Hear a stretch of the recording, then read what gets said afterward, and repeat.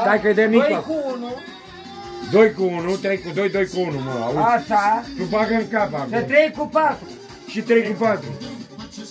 Și dă rezultat. 3377. Nu, mă, nu e. El nu zice rezultate de matematică, știu ce. Nu, mă. Dar de mă știu mai simple, nu așa, 3 cu 2, 7 cu 7. Marianei. 12. Auzi, ți-a dat rezultatul, 12. Nu, mă. A fugit unul. Mai dă-mi unul. Mai a fugit. Ascultă-l, că altfel nu te gură să te muta. Lasă-l, Ioane. Băgat-te pune în gât.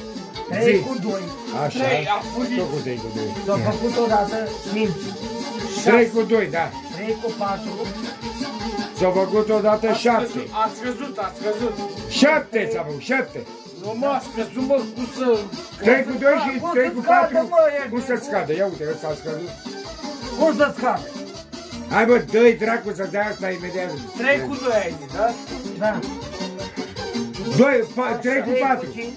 Ah, cu 5 acum, dar E cu 5 acum. da. Iasă pe 9. Iasă pe 9, vezi? 3 cu 5. Nu este 9. Cum?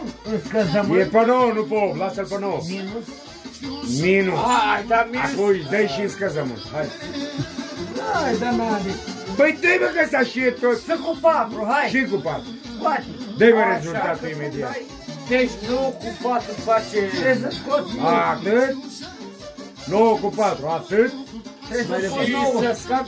Dacă nu mai scoți scazi 9... 4. Rădăcina pătrată. Mai scazi 4. Da. Ce-ai ieșit tu? Cât? Exact, exact. Gata.